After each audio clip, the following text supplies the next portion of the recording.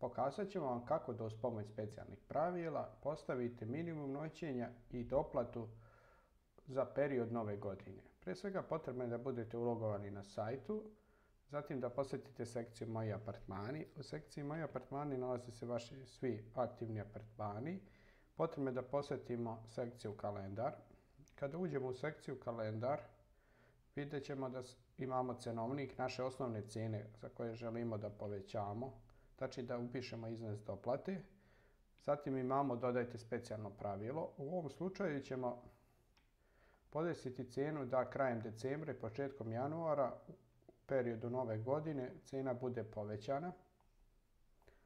Prvo što je potrebno da uradimo jeste da odemo na 29. decembar. Ovdje vidimo pravila koja smo unijeli. Izaberemo početak važenja pravila da to bude 29.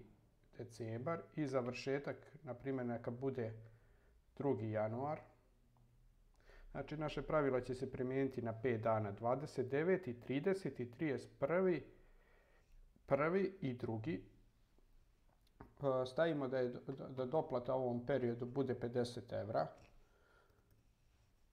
i da se tu pre svega radi o povećanju. U ovom periodu stavit ćemo da je pravilo minimum noćenja bude 5 dana.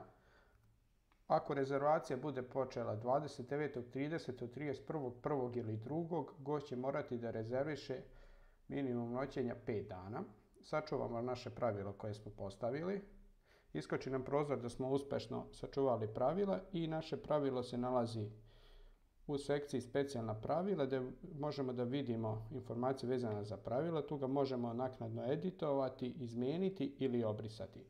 Hajde sada da vidimo na sajtu kako gosti vide ta pravila i koliko je zapravo vaša zarada u slučaju da gost dođe u periodu nove godine.